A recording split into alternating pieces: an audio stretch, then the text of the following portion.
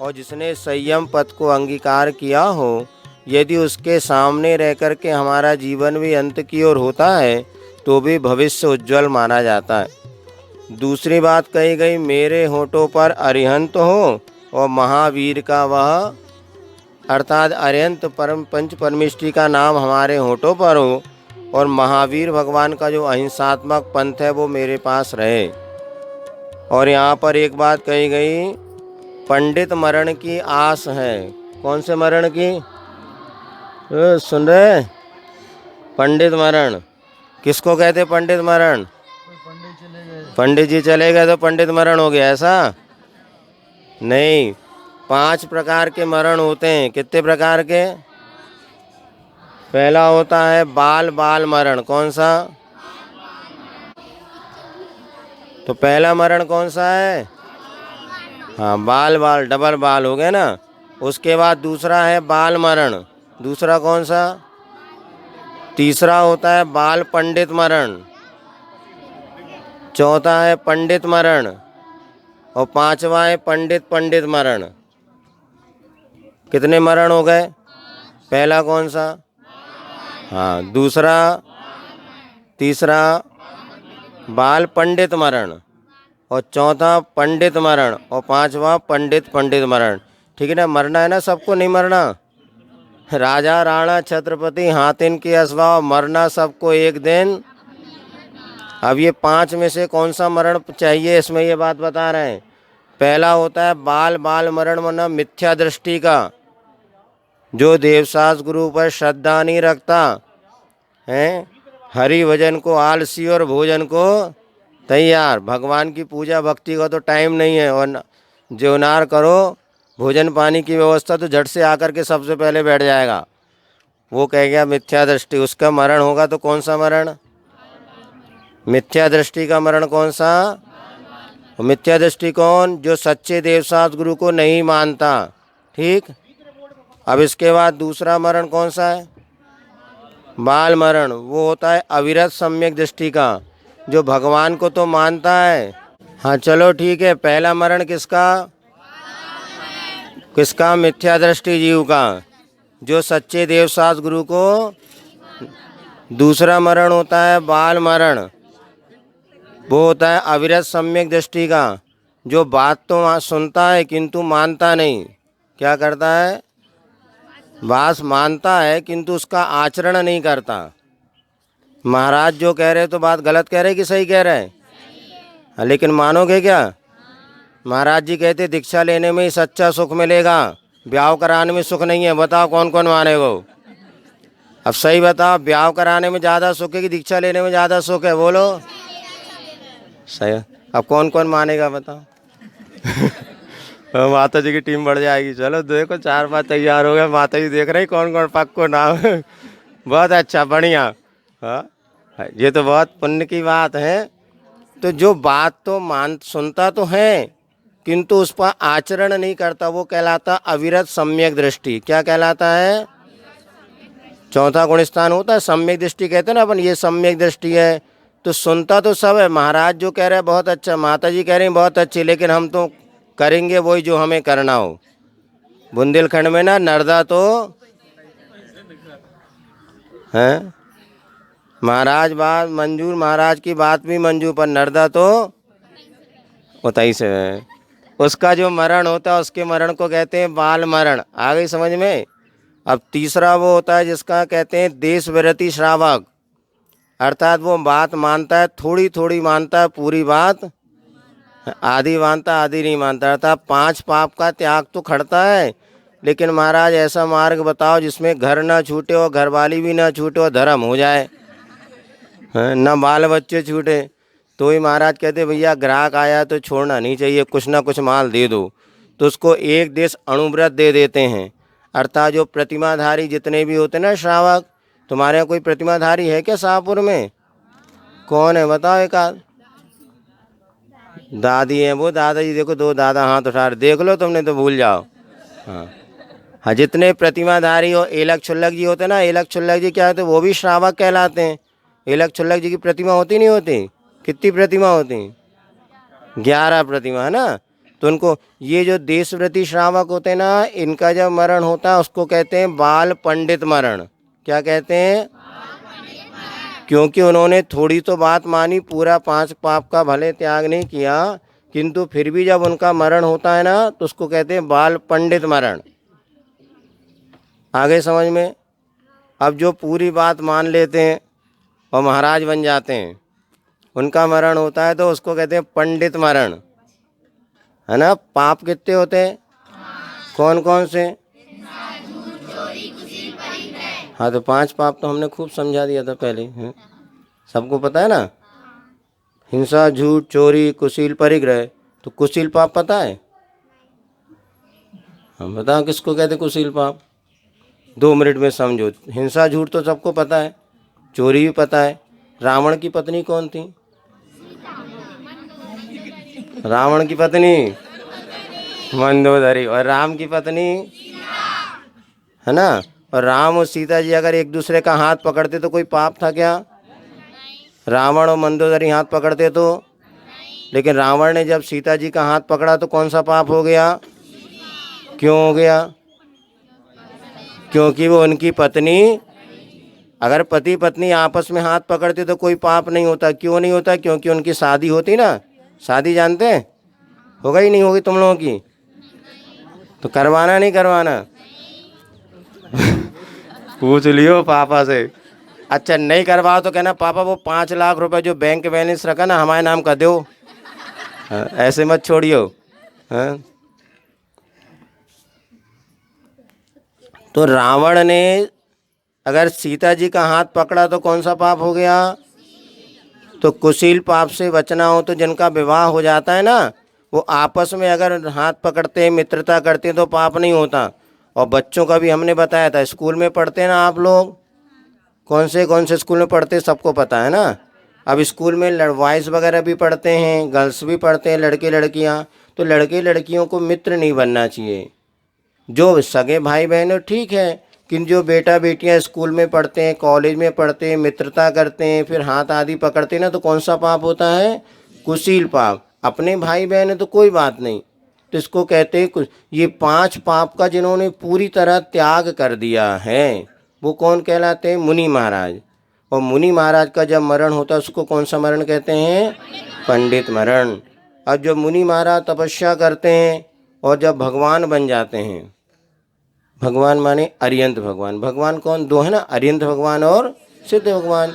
जब अरियंत भगवान बन जाते हैं और उनको जब पूरे अरियंत भगवान किसे कहते हैं?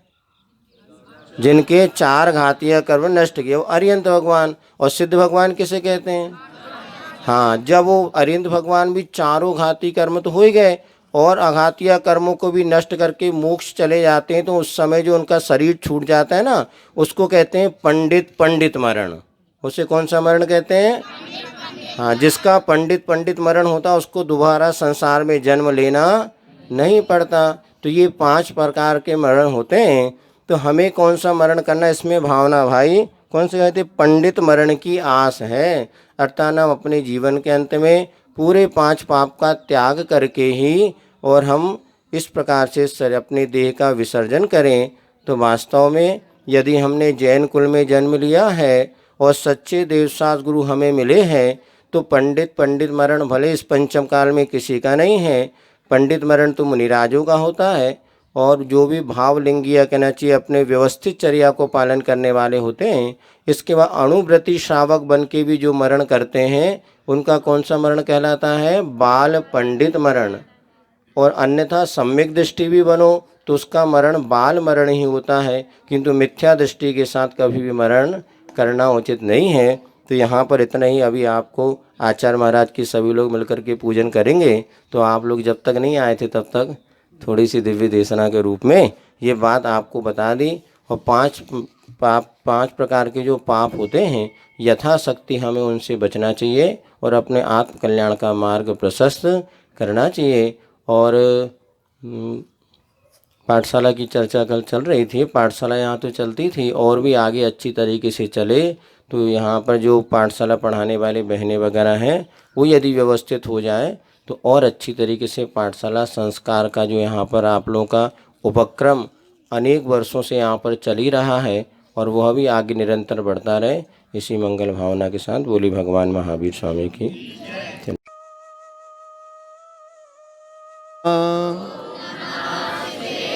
ओम नमः सिद्धेभ्यः।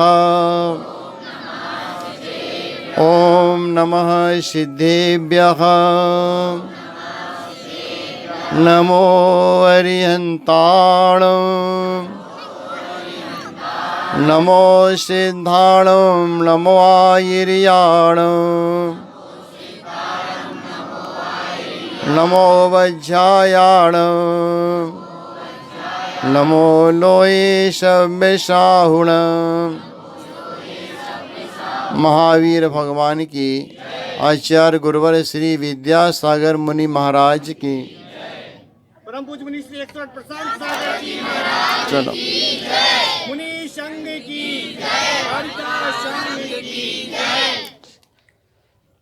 3 मित्र थे, उनमें आपस में अच्छी मित्रता थी। एक था राजपुत्र और 2 थे वणिक पुत्र। वणिक माने व्यापारी वैश्य। और तीनों साथ साथ खेला कूदा करते थे, पढ़ाई करते थे, मौज मस्ती भी करते थे। समय निकलता गया। एक दिन वणिक मित्रों ने कहा राजपुत्र से, अभी तो आप दोस्ती का परिचय दे रहे हैं, जब आप बड़े हो जाएंगे, राजा बन जाएंगे, क्या आप दोस्ती को निभाएंगे? बिल्कुल निभाऊंगा, और तुम दोनों के मैं वरदान दे दूंगा, जो मांगो वह दे दूंगा, दोनों को एक एक। जो राजकुमार का पिता राजा था, उसे तो संन्यास लेना था, कि वह जानता था तपेश्वरी सो राजेश्वरी और राजेश्वरी सो नरकेश्वरी। पूर्व में तप किया, उसके फल से राजा का पद मिला, और राज पद को छोड़े बिना मृत्यु को प्राप्त हो गए तो नरक में ही जाना होगा। चक्रवर्ती हुए हैं। कितने हुए चक्रवर्ती? पहले कौन से? मिथुन चक्रवर्ती। चक्रवर्ती जो 12 होते हैं, भरत आदि, इनमें से कहते हैं 2 को नरक जाना पड़ा। क्यों वह नरक गए? राजपाट को छोड़े बिना मन को प्राप्त हो गए तो उन्हें नरकों में जाना पड़ा। तो उस राजा ने अपना राजभार त्याग करके राजकुमार को दे दिया, और वह सन्यास के लिए निकल पड़ा। और हुआ ये कि बहुत समय निकल गया। एक दिन वणिक पुत्र पहुँचते हैं और कहते, आपने मुझे वरदान दिया था। बिल्कुल दिया था, बताइए आपको क्या चाहिए? ज़्यादा कुछ नहीं, मुझे एक दिन का राज्य दे दो। प्रथम मित्र को एक दिन का राज दिया, और राजगद्दी पर बैठते ही उसे राजगद्दी का नशा चढ़ गया। जितनी विरोधी पार्टियां होती हैं लोक व्यवहार में, पहले वह नीचे बैठ कर के सत्ता वालों का विरोध करते हैं। जब वे सत्ता में आ जाते हैं तो वे लोग आपका वैसा ही कार्य करते हैं जैसा कि पूर्व वाले करते थे। थोड़ा बहुत अंतर आपका चलता रहता है। हुआ था बिल्कुल जब प्रारंभ में प्रथम बार बीजेपी केंद्र में आई और वित्त मंत्री थे सिन्हा, उनने बजट पेश किया। सब कहेंगे विरोधी पार्टी बहुत महंगा है, ये है वो है। तो उनने क्या कहा, कांच के महल में बैठने वाले दूसरों को पत्थर ना मारे। मतलब क्या है, जब आप बैठे थे तो हम लोग कहते थे, हम बैठ गए तो आप कहते हो, इस तरह का लोक व्यवहार चलता है।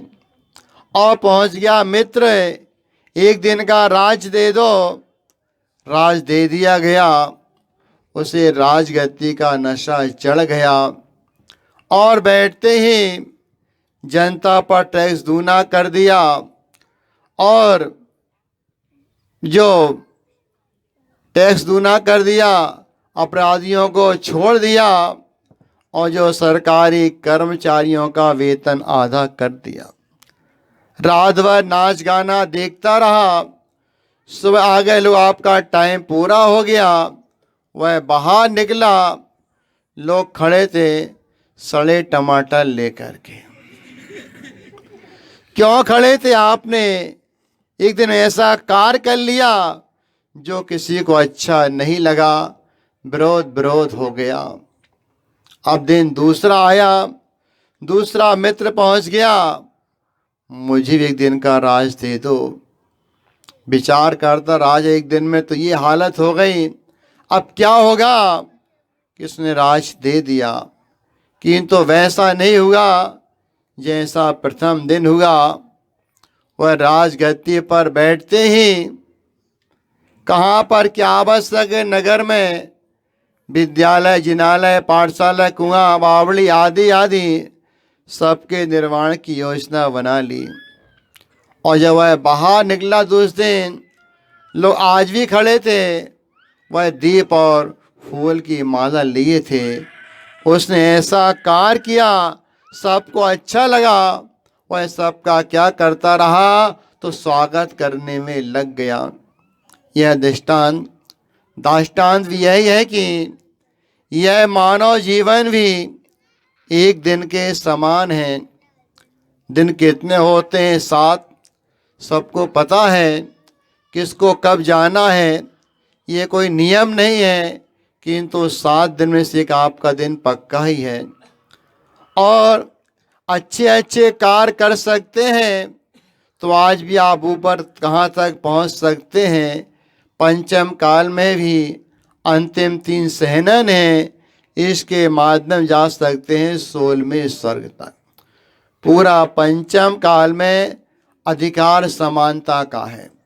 जैसे वर्तमान कोरोना काल में ही प्राय हमारे लोग कहते हैं पुरुषों से आप लोग दूर रहो, स्पर्श नहीं करो। क्यों? अधिकार समान का चल रहा है कोरोना काल में भी। वैसे वहाँ भी कोई भी हो, मुनि हो, आर्यिका हो, श्रावक हो, यहाँ तक कि वह त्रैंचवी क्यों ना हो, वह भी आपका जा सकता है 16वें स्वर्ग तक।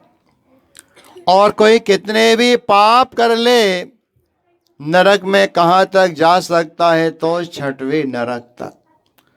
क्योंकि अंतिम 3 सहनन के माध्यम से इतना ही जाना होता, इससे आगे नहीं। अब देखा जाए, चाहे 16वां स्वर्ग हो और चाहे 6वां नरक हो, वहाँ पर उत्कृष्ट आयु कितनी है, तो दोनों में आपकी आएगी तो वायु सागर की।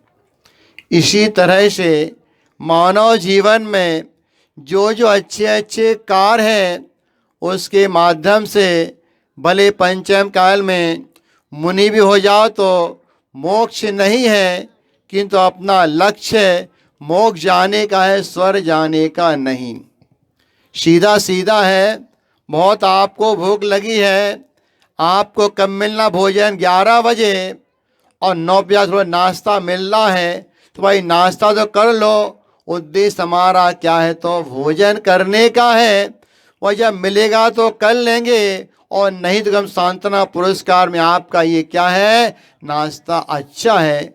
लक्ष्य हमारा स्वर्ग जाने का बिल्कुल नहीं है। लक्ष्य रहता है तो कहाँ का? लक्ष्य रहता है तो मोक्ष का। जब पहले इतने साधन नहीं थे यातायात के, अब मान लो साहेबपुर वालों को दिल्ली जाना हो और ट्रेन डायरेक्ट ना हो, पहले कहाँ जाओ? बीना जाओ, फिर वहाँ से गाड़ी चेंज करो। क्या आपको बीना जाना था क्या? बीना जाना नहीं, किंतु आपको वह जाना पड़ रहा है। उसी उद्देश्य से लोग ये कहते हैं यहाँ तपस्या कर रहे हो, वहाँ स्वर्ग में भोग मिलेंगे। इच्छा भोगों की नहीं है, वो आपका स्टेशन बीच का है, तो वहाँ तो आपको जाना पड़ेगा। जैसे आपको ट्रेन डाइट नहीं होने से आपको कहाँ पर बीना में जाना पड़ता है। उद्देश्य क्या है? उद्देश्य तो आपका लक्ष्य वही रहता है। समय आपका अधिक सुबह सुबह होता नहीं है, क्योंकि मौसम कौन सा है? सर्दी का मौसम है, और हर काम आपके धीरे धीरे होते हैं। और जो सूर्य भी क्या है बहुत आराम से निकलता है, उसको क्या है बहुत ठंड लगती है और जल्दी चला जाता है, क्योंकि आपका वह ठंड का मौसम है। और जैसे कल शाम को भी कहा गया था पाठशाला के बारे में, पुनः जो आपका लॉकडाउन चल रहा था, कोरोना चल रहा था, बहुत आपको उसमें हो चुका है। और पुनः जो कहा गया था पाठशालाएं अपनी अपनी प्रारंभ कर लें, अपने पास ज़्यादा समय है नहीं है। इतना ही कह कर के मैं अपनी वाणी को यहीं पर विराम देना चाहूँगा। भगवान महावीर स्वामी की।